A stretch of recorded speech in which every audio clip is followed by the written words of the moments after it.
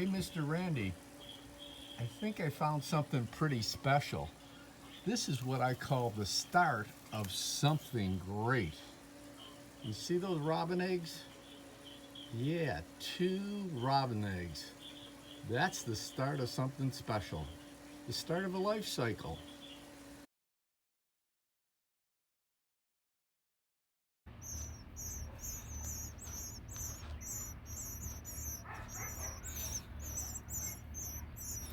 Hi, I'm Sophia, and we want to show you our birdhouse.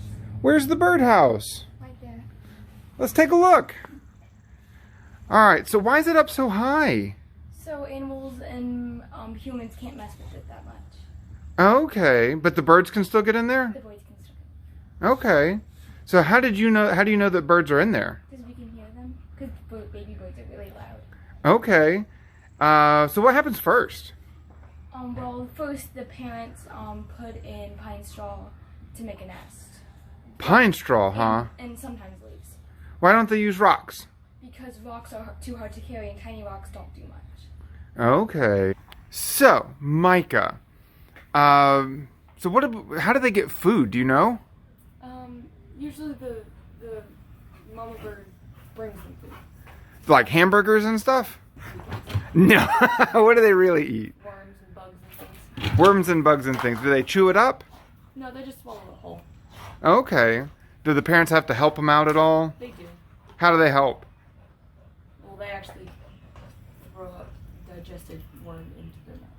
That sounds gross. Aren't you glad that we didn't feed you that way? Very much so. Well, awesome. Okay. Well, how do you know when they're ready to get out of the nest?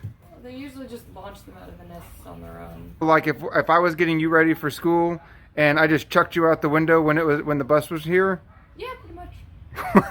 That sounds awesome. Yeah. So how many nests have we had in that birdhouse this year? 2.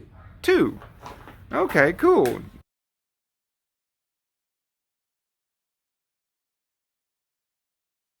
Mr. Randy, look. Here's a duck with 4 ducklings. See how they're following? They follow together.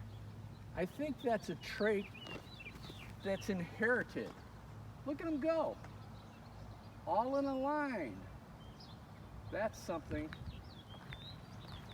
that they were born with. Amazing.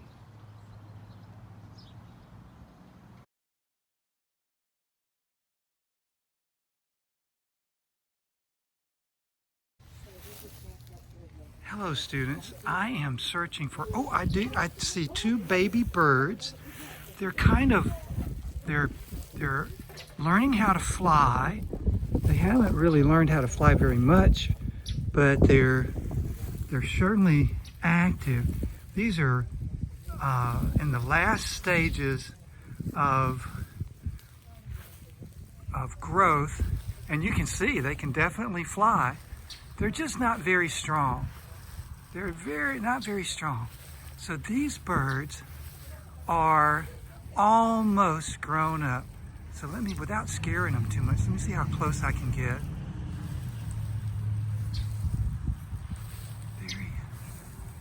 I think their mother comes and feeds them, even though they're almost big enough to feed themselves.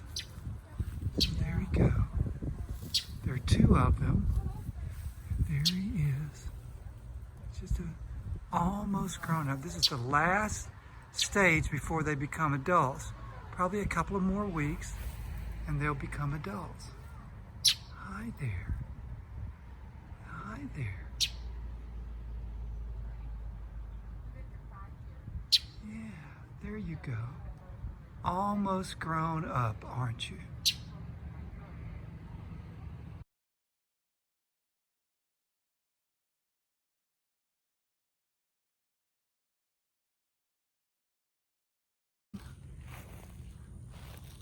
So the next part of the life cycle is when the baby chicks begin to take care of themselves. The baby ducklings, in this case, begin to take care of themselves. They still stay close together with their brothers and sisters, and they're just getting bigger and bigger. You can almost imagine this being like they're teenagers, you know. like their teenage years. So there they are, just having breakfast.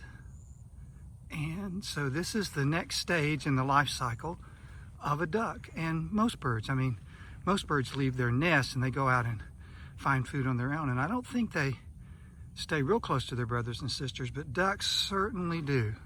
This is a pretty big family of ducks sticking pretty close together.